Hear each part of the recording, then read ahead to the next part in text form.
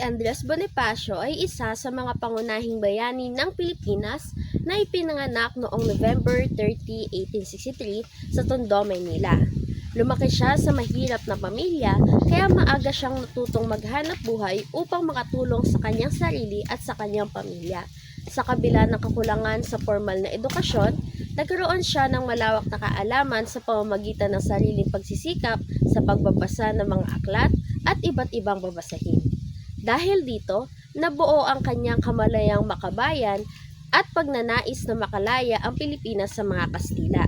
Isa siya sa mga nanguna sa pagtatatag ng Katipunan noong 1892, isang lihim na samahan na layuning palayain ang bansa sa pamamagitan ng revolusyon. Sa pamamagitan ng kanyang pamumuno at ideolohiya, naging inspirasyon siya sa maraming Pilipino na magising, magkaisa at lumaban para sa kalayaan. Ang dapat mabatid ng mga Tagalog ay sinulat noong Marso 18, 1966, ilang buwan bago sumiklap ang himagsikan laban sa mga Kastila. Sa panahong ito, unti-unti na lumalakas ang kilos ng Katipunan at tumitindi ang galit ng mga Pilipino dahil sa pang-abuso ng mga Espanyol. Ginamit ni Andres Bonifacio ang akdang ito upang gisingin ang kamalayan ng mga Pilipino at ihanda sila sa nalalapit na revolusyon. Mahalaga ang petsang ito dahil nagpapakita ito na ang dokumento ay hindi lamang basta sulatin kundi isang panawagang pagkilos sa panahong kritikal sa pakikibaka ng mga Pilipino para sa kalayaan. Ang dapat mabatid ng mga Tagalog ay sinulat ni Andres Bonifacio upang gisingin ang kamalayan ng mga Pilipino sa tunay na kalagayan ng bansa sa ilalim ng mga Kastila. Layunin nitong ipaalam ang mga pang-aabuso at hindi makatarungang pagtrato sa mga Pilipino upang hindi na sila manatiling bulag o tahimik sa nangyayari sa lipunan. Sa pamamagitan ng akda, nais din niyang palakasin ang damdamin makabayan ng mga Pilipino upang mahalin nila ang kanilang bayan at maunawaan ang kahalagahan ng kalayaan.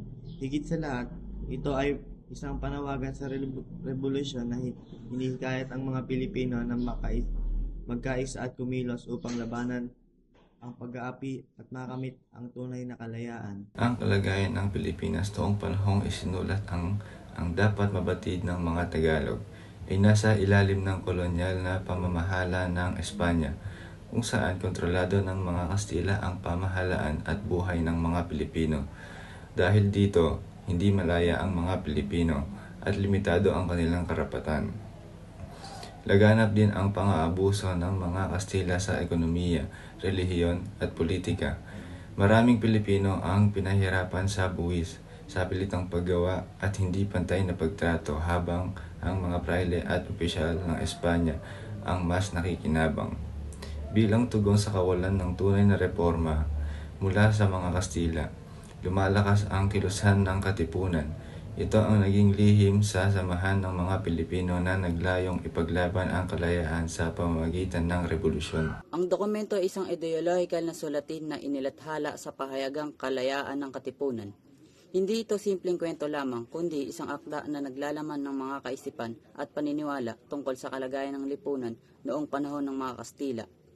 Ang pangunahing layunin nito ay ipabatid sa mga Pilipino ang tunay na kalagayan ng kanilang bayan, lalo na ang mga pang-aabuso at kawalan ng katarungan na kanilang nararanasan. Kasabay nito, ito rin ay isang panawagan sa pagkakaisa ng Pilipino upang magtulungan at magkaisa sa hangaring makamit ang kalayaan mula sa kolonyal na pamamahala ng Espanya. Ang dokumento ay may mga pangunahing argumento o tema na nakatuon sa kalagayan ng mga Pilipino noong unang panahon ng Kastila. Una, pinapakita nito ang paglalantad ng pang-aabuso ng mga Kastila, kung saan inilalarawan ang hindi makatarungang pagtrato at paghihirap ng mga Pilipino sa ilalim ng kolonyal na pamamahalaan. Ikalawa, binibigyan diin nito ang pagpapahalaga sa pagkakaisa ng mga Pilipino dahil naniniwala ang akda na mas magiging matatag ang bayan kung sama-samang kikilos ang lahat laban sa pang-aapi. Ikatlo, may panawagan ito sa revolusyon bilang tanging daan tungo sa kalayaan, sapagkat ipinapakita na hindi sapat ang mga reforma noon, kaya kailangan ng mas matapang na pagkilos. Huli, layunin din nitong palakasin ang damdaming makabayan upang mahalin ng mga Pilipino ang kanilang bayan at ipaglaban ang kanilang karapatan. Ang dapat mabatid ng mga Tagalog ay isang manipesto ng katipunan na naglalaman ng mga kaisipan at paninindigan ng mga kilusan para sa kalayaan. Dito, inilatag ang ideolohikal na direksyon ng katipunan, kung saan ipinapakita ang layunin nilang gisingin ang kamalayan ng mga Pilipino at ikayatin lumaban sa pang-aapi ng mga Kastila.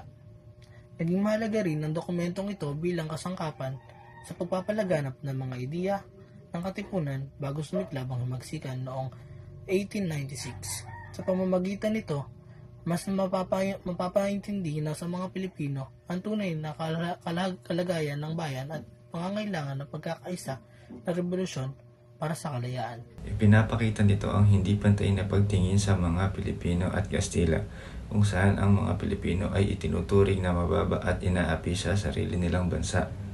Sinasalamin nito ang matinding diskriminasyon sa lahi at antas ng lipunan noong panahon ng kolonyalismo. Religious bias, ipinapakita dito ang kritisismo sa kapangyarihan ng mga praile, kung saan sila ay nakikinabang at yumayaman mula sa mga Pilipino. Ipinapakita nito ang pananaw ang relihiyon noon ay ginagamit din bilang instrumento ng kontrol at impluwensya. Sa political bias, pinapahayag dito ang paniniwala na mananatiling alipin ang mga Pilipino kung hindi sila kikilos laban sa pamahalaang Kastila.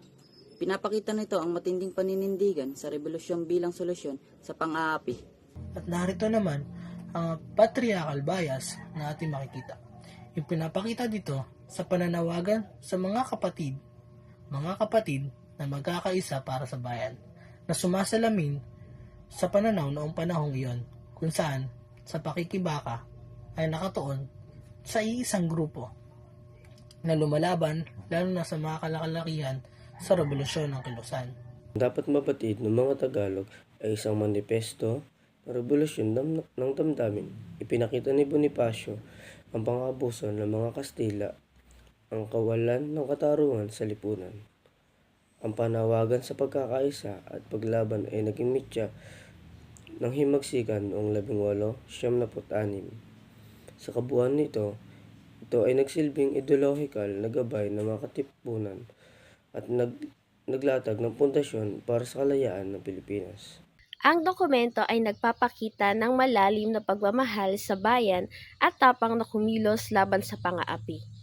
Ang mga biases na binanggit, una, racial, religious, social class at political, ay refleksyon ng kalagayan ng lipunan noong panahon ng kolonyalismo. Gayunpaman, nananatiling makabuluhan ang mensahe ni Andres Bonifacio. Ang kalayaan ay nakukuha lamang sa pamamagitan ng pagkakaisa at sama-samang pagkilos. Sa pagninilay, ito ay hindi lamang bahagi ng kasaysayan, kundi paalala sa bawat Pilipino na ang tunay na pagbabago ay nakasalalay sa tapang, pagkakaisa at malasakit sa bayan.